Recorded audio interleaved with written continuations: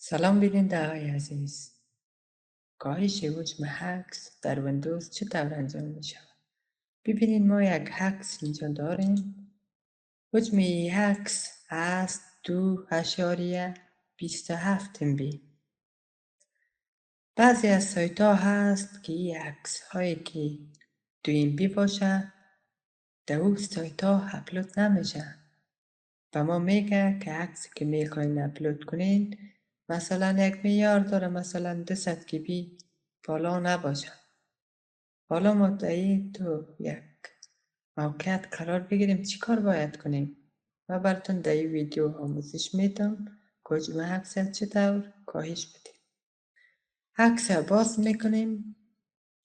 در قسمت 3 نقطه ریسایز ایمیج داریم. ریسایز ایمیج که باز کنیم ارتفاع عکس است 4096 پیکسل، عرض عکس است 2802 پیکسل.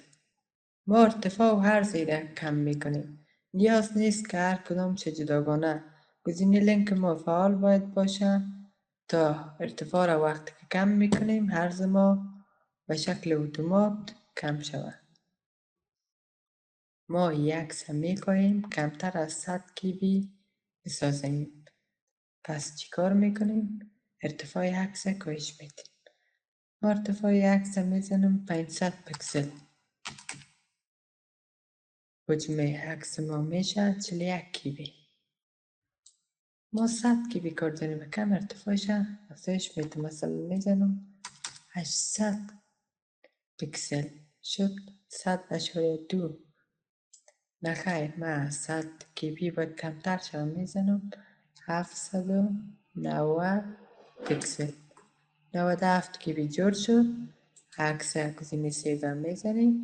عکس به یک نام متفاوت مثلا من میزنم 11. عکس سیو میکنیم. عکس ما سیو شد با حافظه 97 GB. در کیفیت عکس ما تفاوت زیاد نیامد. تشکر از اینکه ویدیو ما تماشا کردید. سابسکرایب را فراموش نکنید و ویدیو ما را لایک کنید.